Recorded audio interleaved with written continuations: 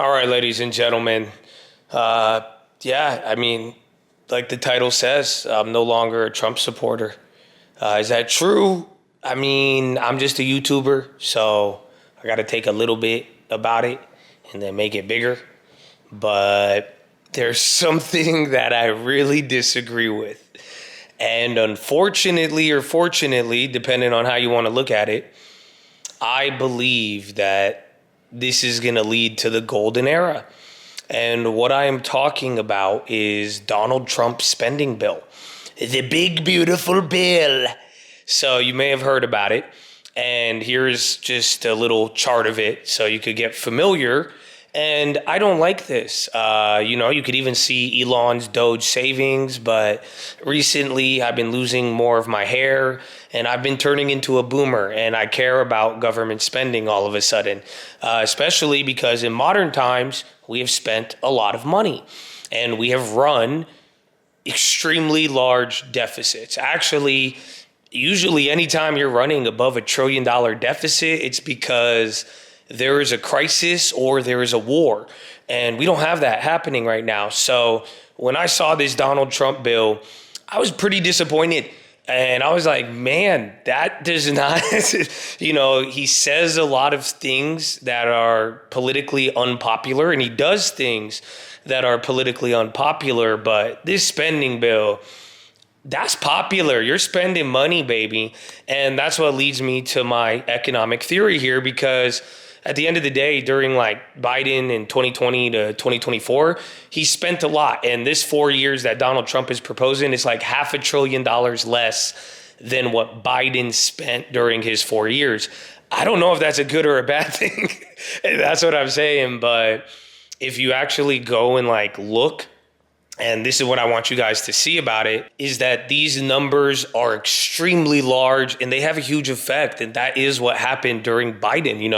You saw layoffs and you saw all these things happen with inflation in the economy, but that's why they call it like a recession, but it wasn't. And there was just a bunch of money swirling around. I said it at the beginning of this year, even with Donald Trump or Biden. And that's why I'm saying it. I don't care who it is. My allegiance is to the economy and finger to the sky, but it's just like, dude, it's government demand. I've called it that for Biden. I'm going to call it the same for Trump. And if we are spending this much money, that's why when Biden did it, no matter what happened, everything was fine. They were spending a ton. And same thing here. I really think that when Donald Trump says the golden era, it's because of this big, beautiful bill, because that's a lot of spending, bro.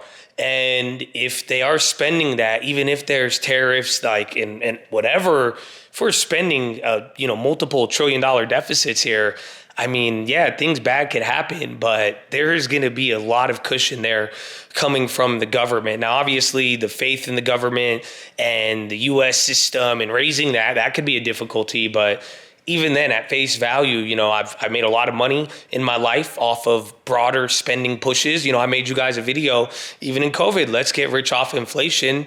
That had to do with spending. So, yeah, this is inflationary and other things could play out. And like the real big difference, and this is where, I hope Donald Trump and the admin does better, or we'll find out. We can't judge him just yet, but the money is just going to go to different areas. So, during Biden, it went to EV and chargers and other places. They're just going to reroute these funds as this shows you. You could see, $500 billion is going to go to tax cuts, rather than wind farms or whatever you want to call it. But the whole point is this is a lot of government demand. And if there is going to be a golden era, I could see it through a big ass deficit like that. So that's my video for you. And I'm going to include something from the watch list. It's on the other channel as well. Here are just some broader points for you guys to follow this week, because there's a lot of FOMO. And we have Jerome Powell this week. We had the jobs data.